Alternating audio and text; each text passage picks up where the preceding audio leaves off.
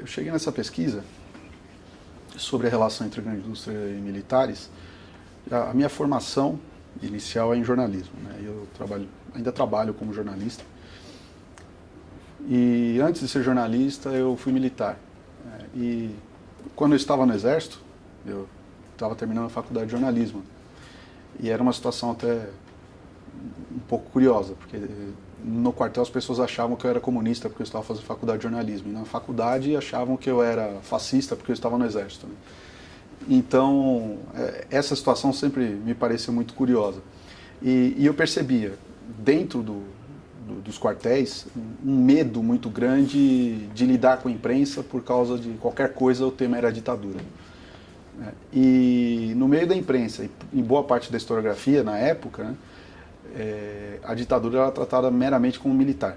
Era uma coisa como se fosse só uma articulação militar, com apoio do governo dos Estados Unidos. E aí não me parecia muito razoável. Como jornalista, eu fui trabalhar em revistas técnicas, revistas segmentadas que eram para a área da indústria. E nessa área, cobrindo essa área, eu conheci empresas e executivos que dirigiam suas empresas na época da ditadura e construíram fortunas com isso, né? Então eu tive essa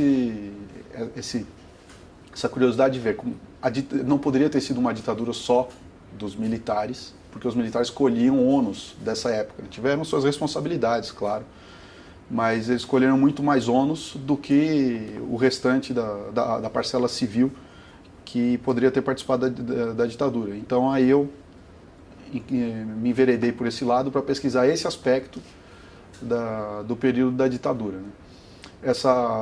A pesquisa sobre a grande indústria e os militares eu consegui fazer porque eu trabalhei numa empresa numa revista chamada Máquinas e Metais, que foi lançada em 1964. E na época ela era da editora Abril. Então, ali naquelas páginas nas páginas daquela revista, havia toda a reivindicação empresarial do setor da grande indústria, né? E aqui na PUC eu consegui conseguir com que essa pesquisa fosse acolhida aqui na PUC, porque ser um dos locais, principalmente do programa de História, ser um dos locais em que os vários aspectos da ditadura são investigados, né? Não fica só numa visão politicista de militares, civis, Estado e oposição.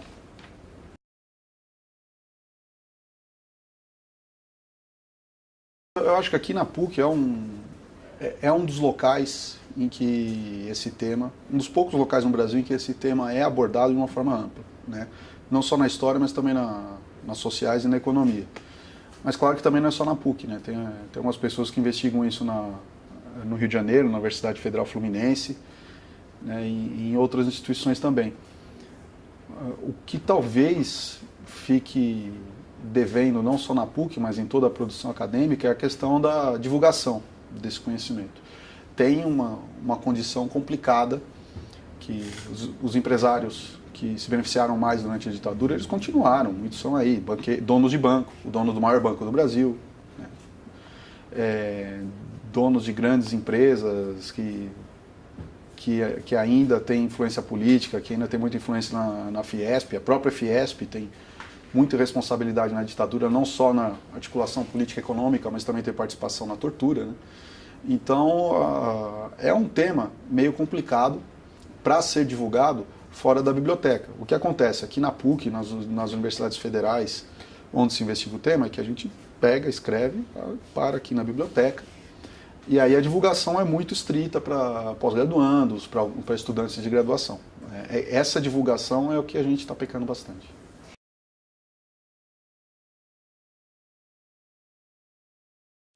Tem um historiador, o René Armand Dreyfus, que em 1981 ele publicou um trabalho chamado 1964, A Conquista do Estado, que ele deu uma anatomia de como o empresariado brasileiro participou do golpe, né? Como uma grande parte do empresariado. A partir daí, esses estudos no sentido de verificar a participação do empresariado ficaram um pouco parados, né? O Dreyfus ele fez esse estudo e depois algumas pesquisas pontuais em algumas universidades, a PUC inclusive. O pós-ditadura, o Dreyfus também investigou, mas ele escreveu em 1981. Hoje a gente tem muito mais documentação aberta, tem muito mais condições de verificar como foi essa participação. Então a gente tem que ter em mente que foram dois tipos de participação empresarial com relação à ditadura. O primeiro tipo são dos empresários que articularam com setores do Exército para apoiar o golpe, né? Que fizeram articulação política, articulação econômica, que colheram doações para o golpe. Nem chegamos na tortura ainda. Né? Que ficavam reunidos no Instituto de Pesquisa e Estudos Sociais, o IPES ou IPES, a esquerda gosta mais de chamar de IPES para não caracterizar como IPES que os membros do Instituto queriam caracterizar com a árvore do IPES, né, que renasce. Esses empresários que participaram dessa articulação, eles foram absorvidos pelo aparato estatal durante a ditadura. Eles foram absorvidos e as suas empresas foram beneficiadas. Se a gente pensar, acho que a empresa que saiu num estágio relativamente pequeno para um estágio titânico foi a Rede Globo. Que o Roberto Marinho participou das articulações e em 1965 ele recebeu as concessões do Canal 4 do Rio de Janeiro e Canal 5 de São Paulo. Em 1968, 69, a Globo começou a utilizar uma estrutura de telecomunicações construída em todo o território nacional, com recursos públicos, e começou a utilizar essa estrutura para fazer transmissão em território nacional, sendo ela uma empresa privada. Então a Globo é o que é hoje porque participou da articulação. Esse é um exemplo. O outro tipo de participação empresarial, que também foi muito grande, de benefício na ditadura, foram empresários que foram beneficiados por serem donos de companhias de setores estratégicos. E aí tem a construção pesada, a metalurgia, a siderurgia, a petroquímica. Foram setores que os governos militares, os presidentes militares identificaram, e as suas equipes econômicas identificaram, que seriam estratégicos para o desenvolvimento do Brasil. Então todo o caixa, toda a administração da coisa pública foi voltada para beneficiar essas empresas. Então você tinha, e claro, desde que aliados do governo ditatorial. Né? Então você tinha indústria metalúrgica que precisava de aço.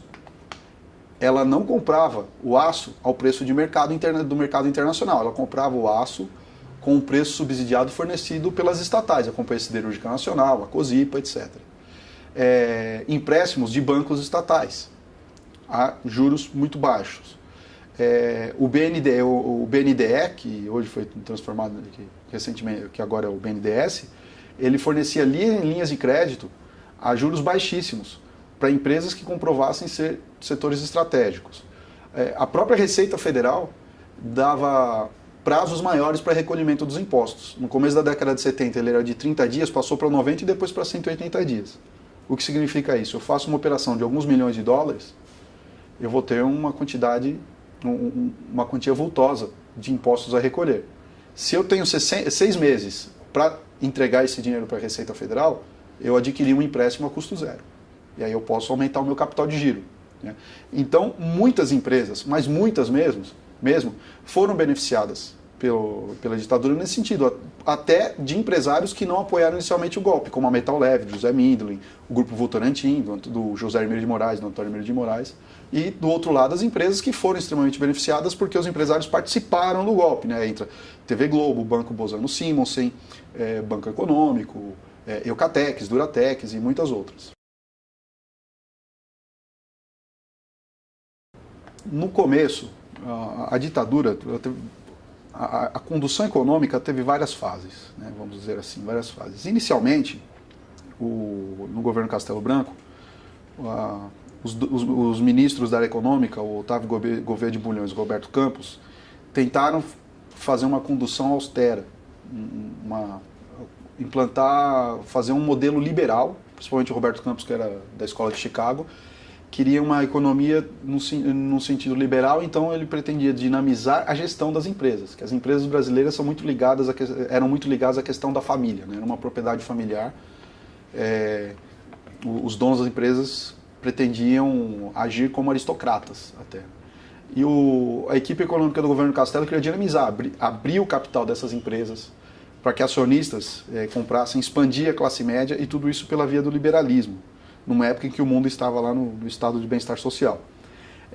Dentro do meio empresarial isso não foi muito bem recebido. O Campos e o Bulhões, eles foram rejeitados pelo grande empresariado brasileiro, porque essas medidas trouxeram, depois do golpe, uma certa recessão, né, nas atividades econômicas. E o que o empresariado brasileiro esperava era que o governo colocasse dinheiro público no impulso da atividade empresarial, principalmente da indústria. Quando o Delfim Neto assume o Ministério da Fazenda, ele mudou para impulsão, para colocar o dinheiro público impulsionando a atividade econômica e dinamizando também a economia, colocando relações capitalistas mais dinâmicas no campo. O que hoje a gente chama de agronegócio teve um grande impulso quando o Delfim Neto era ministro da Fazenda. Nesse sentido, o governo colocou muito dinheiro no agronegócio e não abandonou as indústrias. Precisava de empréstimos, aí recorreu ao FMI. O FMI abriu os cofres para o Brasil, recorreu a empréstimos de vários países. No começo da década de 70, tinha tanta linha de empréstimo a custo baixo, a juros baixos, que tinha mais empréstimo oferecido do que empresário querendo empréstimo, do BNDE e do Banco do Brasil. Isso acabou em 74, com a crise internacional, quando os credores resolveram pedir o dinheiro, crise do petróleo, crise de matérias-primas. Quando o governo brasileiro foi cobrado do que devia, não tinha como pagar. E aí fechou-se a torneira. Quando o Geisel assumiu, ele teve que equacionar, era uma questão matemática. Ele tinha uma saída muito grande, não tinha entrada, não tinha mais o FMI, já estava endividado. Então aí todos os empréstimos foram reduzidos. E aí sim, iriam só para setores estratégicos e de uma forma indireta, no subsídio de matérias-primas, principalmente para o setor metalúrgico, porque envolvia a indústria automobilística. A indústria automobilística ela é até hoje o vetor da industrialização do Brasil. Então, o setor metalúrgico que beneficiava a indústria automobilística teve muito impulso nessa época. A construção civil, que envolvia com contratos de obras públicas, das prefeituras, dos governos. Se você pegar nessa época, na década de 70, aqui no estado de São Paulo, era a época em que um prefeito, o Paulo Maluf, ficou conhecido como o homem que faz. Depois virou do rouba mais faz, depois que acabou a ditadura falavam que era o que rouba mais faz, mas na época era Maluf faz. O próprio Maluf usou como slogan de campanha, depois que ele foi eleito pelo voto, era Maluf faz, mas ele fazia com contratos subsidiados para estimular a construção civil, tendo em mente uma modernização acelerada do Brasil. Então, basicamente, a metalurgia e a construção civil foram extremamente beneficiados, e também a petroquímica, quando entrou a questão do pró-álcool para reduzir a necessidade a dependência do petróleo. A questão do agraciamento, né? Uma vez a gente olha a ditadura, né, pensando, deram um golpe e o clubinho foi e tomou conta. Né? As grandes empresas que tinham boas relações com o governo ditatorial tinham também relações com o governo Juscelino Kubitschek, algumas com o João Goulart. Né? O João Goulart, na semana que ele foi derrubado, um dia antes que ele foi derrubado, ele recebeu vários empresários no Palácio do Catete. Né? Quando passou o governo, quando saíram os presidentes militares, entraram os presidentes civis, essas empresas continuaram com boas relações com os governos seguintes. Né? Eu acho que um exemplo muito emblemático nisso é o Grupo Odebrecht. Né? O Norberto Odebrecht, ele foi praticamente o construtor oficial do governo na ditadura. Né?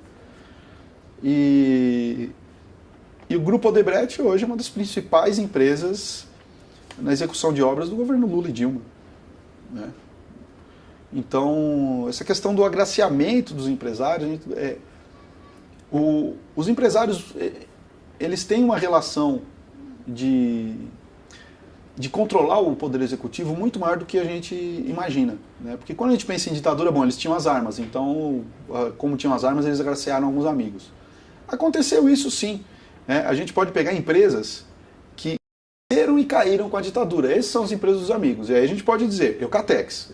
A Eucatex, ela era um gigante, se tornou uma empresa que não é tão grande assim depois quando acabou a ditadura. Banco Bozano-Simonsen. O Banco Econômico do Calmon de Sá, do Ângelo Calmon de Sá, acabou a ditadura, ele faliu. Teve que ser socorrido pelo Fernando Henrique em 94, 95. Né? Então, essas empresas foram empresas que a gente pode dizer assim, as empresas agraciadas pela ditadura. Mas as empresas que não foram necessariamente agraciadas, foram beneficiadas, elas foram beneficiadas porque elas fazem parte de um bloco autocrático. Né? Um bloco de vários setores de burguesia, da burguesia brasileira, que formam uma autocracia que tem um poder muito grande sobre o poder executivo.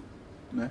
E aí sim entra o Grupo Odebrecht, Grupo Votorantim, que o Antônio Emílio de Moraes não foi favorável ao golpe, aderiu de última hora, porque quando já tinha tudo triunfado. Foi um dos empresários que liderou campanhas para tirar os militares da presidência, votar uma ordem democrática pelo voto. O Antônio Emílio de Moraes liderou um grupo empresarial nesse sentido. Mas é uma empresa que sempre esteve ao lado do poder. Então, várias empresas sempre estiveram ao lado do poder. Não importa quem seja. A própria Globo sempre esteve ao lado do poder. Ela cresceu muito durante a ditadura e talvez tenha sido uma das poucas que, quando acabou a ditadura, era empresa da ditadura e não caiu. Então, quando a gente pensa em agraciado, não é só um agraciado pela ditadura, é um agraciado pela estrutura do Estado brasileiro, que é um Estado autocrático. Um Estado autocrático em benefício de burguesias que fazem o que for necessário para manter essa autocracia. Mesmo que o necessário seja apoiar um golpe de Estado, uma ditadura de 21 anos, fazer recolhe de dinheiro para se tornar cúmplice da Operação Bandeirante. Então, são burguesias que, se necessário, fazem isso. Mas, se necessário, viram as costas para o último presidente militar para apoiar um civil. Se for necessário, elegem um playboy desconhecido, apoiam um playboy desconhecido para que um metalúrgico não ganhe a presidência, apoiam a derrubada desse playboy desconhecido, o que for necessário para manter esse Estado autocrático. Né? Então a gente olha muito, lá na ditadura, os militares eles têm responsabilidade, mas a gente não pode deixar que a farda ofusque a responsabilidade da burguesia brasileira. Né? E a questão de quem não foi beneficiado pela ditadura, né? Hoje em dia se busca muito isso, as empresas que foram prejudicadas, né? Que a gente pode dizer que prejudicado direto pelo golpe foram dois empresários, né? O Mário Wallace Simonsen, que era dono da TV Excelsior. Ele era dono da Paner, exportava café. E ele foi perseguido pela ditadura porque a TV Excelsior foi a única emissora de TV que se colocou contra, né, o golpe de 64. Os militares não esqueceram. A Excelsior foi fechada em 70 ou 71 por um decreto do presidente Médici. Né.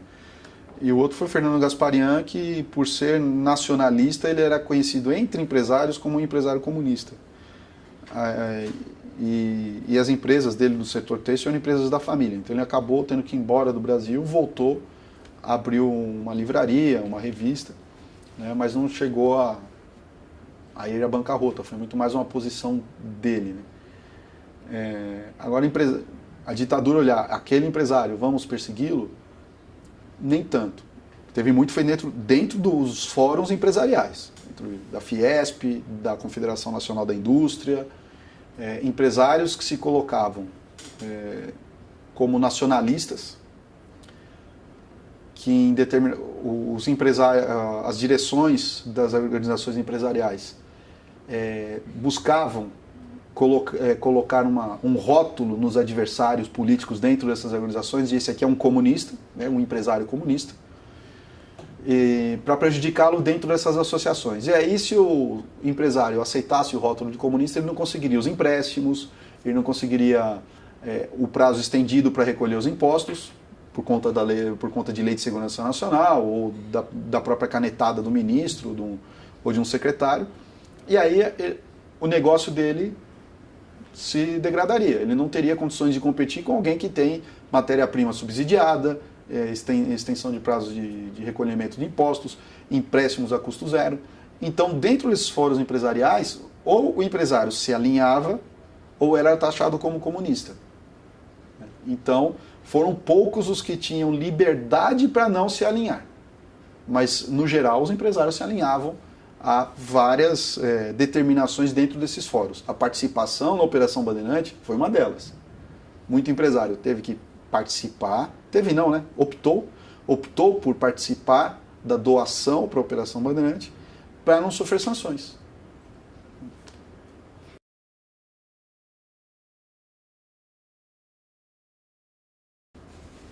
A ditadura acabou em 85, certo? Então, o Tancredo Neves, na campanha dele para a presidência da República, no colégio eleitoral, uma das promessas era uma nova Constituição. O Sarney assumiu e manteve a promessa de uma nova Constituição. A Assembleia Nacional Constituinte, ela foi eleita, foi feito um recadastramento eleitoral geral, né? Todos os eleitores do Brasil, todos os brasileiros acima de 18 anos tiveram que se realistar eleitoralmente para eleger uma Assembleia Nacional Constituinte. Os deputados e senadores, né? Os deputados e senadores eleitos em 1986 seriam automaticamente delegados constituintes. Os deputados e senadores eleitos em 86 foram eleitos numa campanha em que havia horário eleitoral, eles tinham lá o tempo para falar da sua plataforma, o tempo era muito curto, normalmente apareciam o rosto: oi, meu nome é José, eu vou lutar pela saúde, educação e segurança. Depois: oi, meu nome é João, eu vou lutar pela melhoria da qualidade de vida. E punha lá o nome, o partido, o número embaixo. Era uma coisa bem superficial, né? No entanto, os órgãos de imprensa eles tiveram uma participação violenta na demonização de determinados políticos. Então a Assembleia Constituinte que foi eleita foi majoritariamente conservadora e representante de interesses da burguesia. Alguns representantes de interesses até das Forças Armadas, mas representantes de interesses das burguesias no Brasil. Esse poder político todo e poder econômico que essas empresas adquiriram durante a ditadura financiou a eleição dessa Assembleia Constituinte. Os fóruns empresariais criados durante a ditadura, ou que já existiam, foram fortalecidos durante a ditadura, se organizaram no sentido de apresentar para o Congresso Nacional a sua pauta para a Assembleia Nacional Constituinte, para a nova Constituição. Durante os trabalhos da Assembleia Constituinte, foi criada uma entidade chamada União Empresarial Brasileira, que alugou 3 andares num hotel de luxo em Brasília, montou um QG para articular com delegados constituintes a pauta empresarial dentro da Constituição. Então a gente foi parar na Constituição a ideia de que o país tem que impulsionar a atividade empresarial. Uma vez que você assume nosso país será capitalista, isso está claro na Constituição, uma economia de livre mercado, vários eufemismos para dizer isso aqui é um país capitalista, né? Uma vez que se decide por um país capitalista, qual vai ser a forma desse capitalismo? No Brasil se decidiu que era um capitalismo que o Estado coloca dinheiro na empresa privada, que é o locus da acumulação. E isso que foi construído durante a ditadura foi tornado legal na maior lei do país em 1988, decorrente de toda essa articulação e todo esse fortalecimento que teve durante a ditadura. Os direitos trabalhistas foram surrados na Constituição.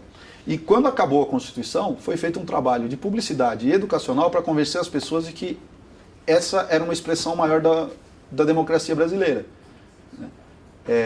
Um Estado autocrático, em que toda a nação trabalha, produz em busca do desenvolvimento da grande empresa, em que a pequena empresa faça as tarefas a serviço da grande empresa. E o país inteiro trabalhando para a grande empresa faria com que a população mais pobre, pela via do emprego formal, deixe de ser pobre. E aí eu me lembro de um discurso do Costa e Silva. Lembrar lá em 1968 que o Costa e Silva disse que o governo brasileiro tinha que fazer com que os ricos se tornassem mais ricos para que através deles os pobres fossem menos pobres. E isso foi colocado na Constituição e pior, foi feito um trabalho para convencimento de toda a população que é assim que tem que ser e a gente tem que admitir. Então, pode-se dizer que nesse campo político, econômico, a ditadura foi vencedora. Os militares podem não ser grandes vencedores, mas a ditadura, com essa composição civil-militar, ela foi vencedora e colocou na Constituição de 88 o Estado que ela construiu durante 21 anos, entre 64 e 85.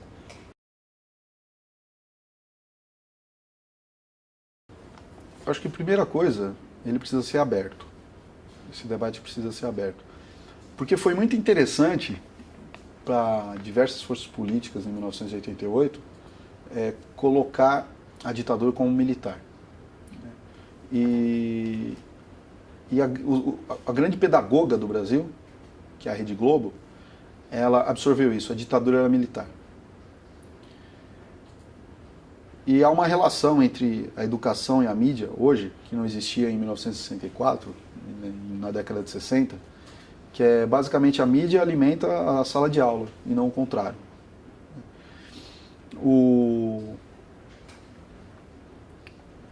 Tem uma degradação muito grande no ensino. Então a gente pode dizer que estamos aí há 25, quase 26 anos da promulgação da Constituição, e todos os debates relativos à ditadura foram colocados como aquilo acabou, aqui a gente está começando do zero, sendo que não se começou do zero. E esse debate ele ficou muito tempo, eu não vou dizer sepultado, ficou muito tempo restrito à academia. E quando a gente vê jovens saindo à rua, tendo como amálgama 20 centavos, e falando, poxa, a educação, o monopólio da comunicação,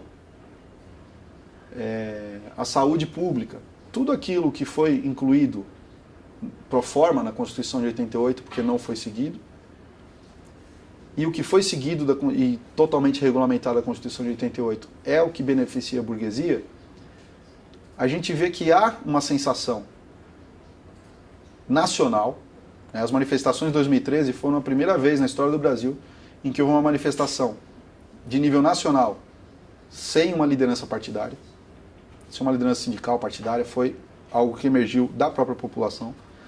Você vê que na população existe a sensação de que existe alguma coisa errada, mas também é pouca gente que debate.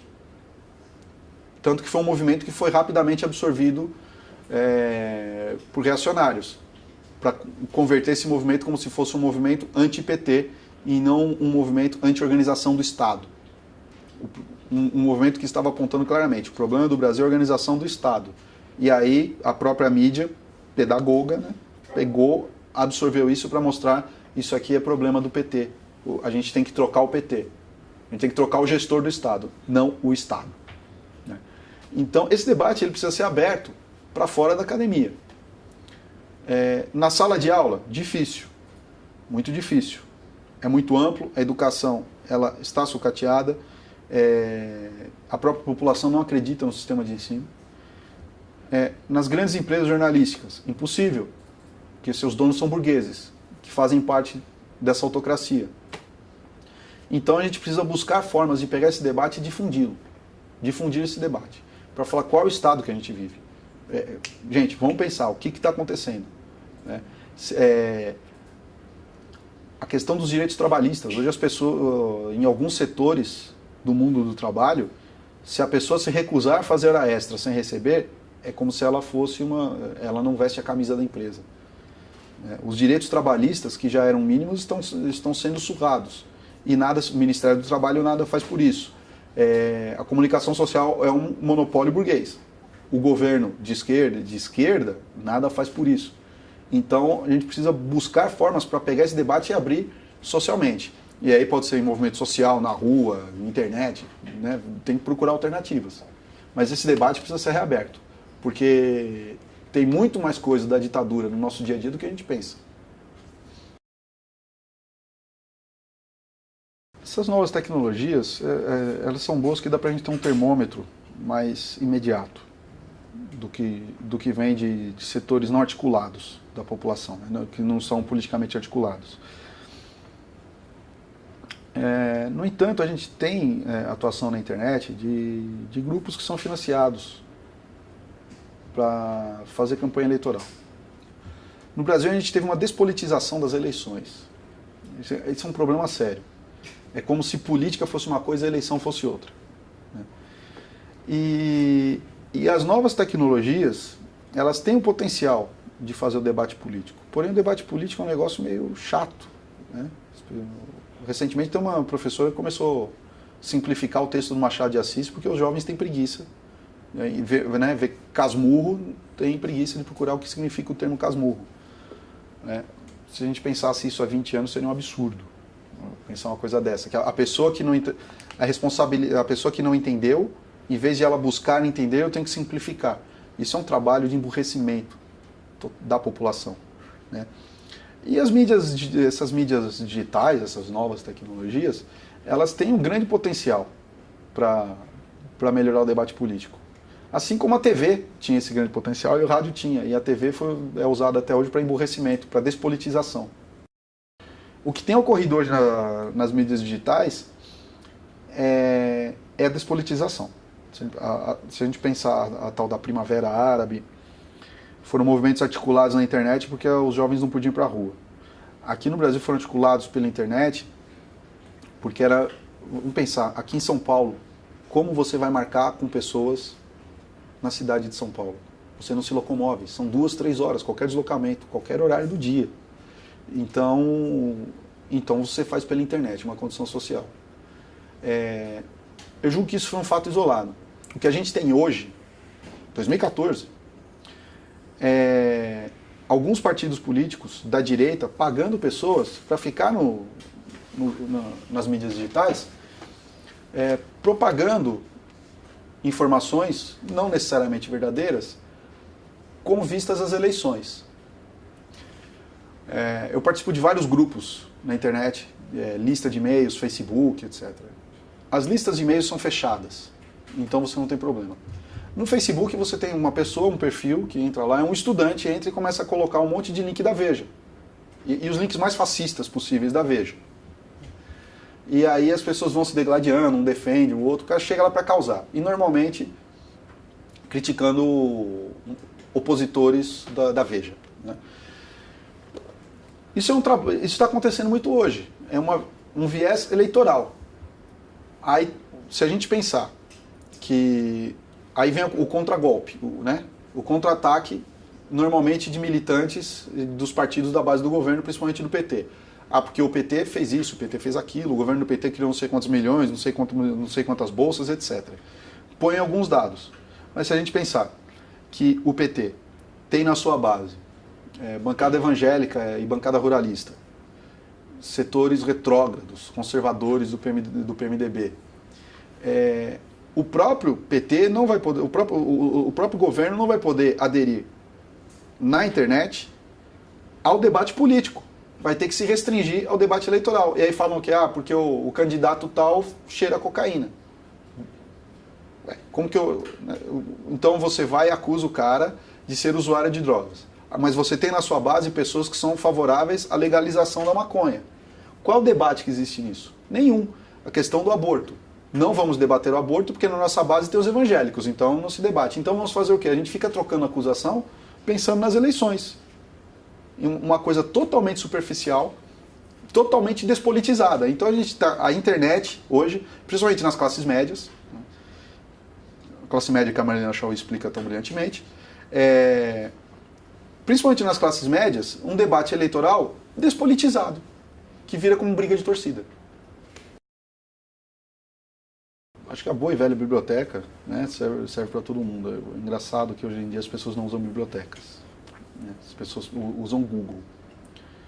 E o Google faz uma indexação matemática, ele não necessariamente traz as melhores coisas. E tem profissionais especializados em fazer com que o tema dele, que a página dele apareça lá em cima na busca do Google.